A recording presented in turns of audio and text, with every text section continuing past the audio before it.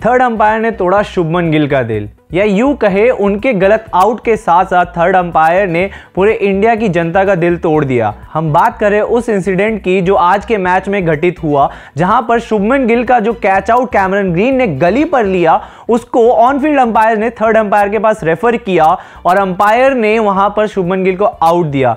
लेकिन जो उसके बाद के विजुअल्स और जो फोटोज आ रहे हैं बाहर, उसमें साफ साफ दिख रहा है कि जो बॉल है कैमरन ग्रीन के हाथ से उनकी दो उंगलियों के बीच से ग्राउंड में टच होते हुए दिखी है। और उसके बाद बहुत सारे एक्सप्लेनेशन भी दिए गए वहां पर हमारे क्रिकेट एक्सपर्ट्स और कमेंटेटर्स के द्वारा।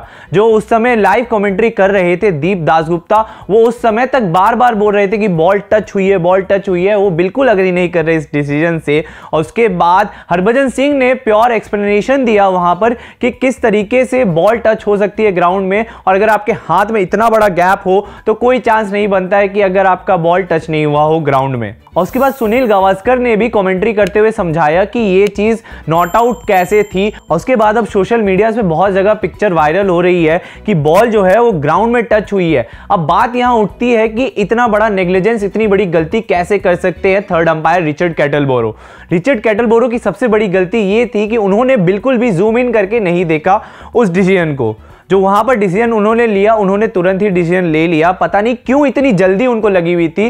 जो टेक्नोलॉजीज उनके पास है, जो कैमरा की क्वालिटी उनके पास है, जो जूम इन का पावर उनके पास है, उसका इस्तेमाल उन्होंने बिल्कुल भी नहीं किया। उन्होंने बिल्कुल भी जूम इन नहीं किया। जबकि दूसरी बार अगर बाद में जब इतना ज्यादा जूम इन करके दिखाया जा रहा है और उसमें साफ पता चल रहा है कि बॉल नीचे टच हुई है, अगर दूसरे एंगल से भी वो देखते तो साफ पता चल रहा था कि बॉल टच हो रही है। लेकिन उन्होंने ऐसा कुछ नहीं किया, उन्होंने फट से ही आउट दे दिया। और उसके बाद रोहित शर्मा के एक्सप्रेशन देखने लायक थे।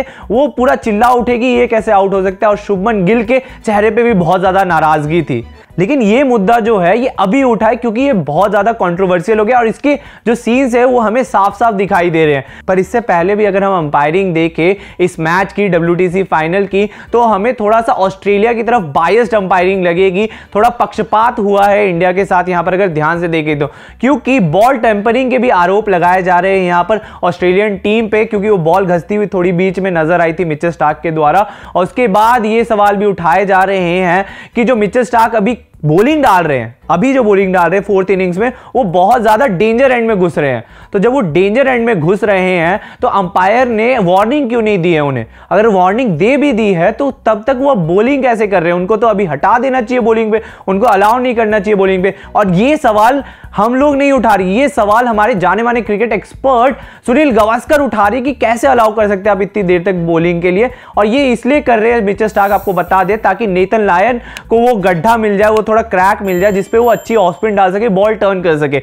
जो कि लीगली अलाउड नहीं है। आप डेंजर एंड में घुसे, डेंजर एंड वो पट्टी होती है, वो रेड कलर की इमेजिनरी पट्टी होती है जो दोनों विकेट्स के बीच में होते हैं, उसके बीच में बॉलर अपना पैर नहीं रख सकता है, बैटर्स जो है वहां पर रनिंग नहीं कर सकते। तो ये भी खबरें सामने आ रही है कि ये भी गलत कर रहे हैं वहां पर अंपायर्स, उन पे भी ध्यान नहीं दे रहे। और दूसरी बात, अगर आप ध्यान से देखें इंडिया की जब बैटिंग चल रही है तो अंपायर्स बहुत जल्दी हाथ उठा दे रहे हैं LBW की अपील पे, और उनको अंपायर्स कॉल का फायदा मिल रहा है वहां पर ऑस्ट्रेलिया को, और विकेट्स गिर रहे हैं इंडिया के। जबकि वहीं ऑस्ट्रेलिया जब बैटिंग करने पे आ रही है, ऑस्ट्रेलिया को शायद 1 या 2 बार ही हम देखेंगे मैच में जब अंपायर्स ने LBW आउट दिया हो, वरना हर डिसीजन को उन्होंने नकारा है एक तरीके से। और मैक्सिमम में देखें तो अंपायर्स कॉल ही दिख रहा है, यानी वहां पर भी एक तरीके से पक्षपात आप कह सकते एक तरीके का हुआ है। लेकिन ये जो अब शुभमन गिल का मैटर सामने आया है, जो गलत आउट सामने आया, इससे साफ लग रहा है एक तरीके से कि पक्षपाती हो रही है यहां पर जो अंपायर्स कमेटी है इस मैच की। आपको बता दें अंपायर्स इस मैच में क्रिस गैफनी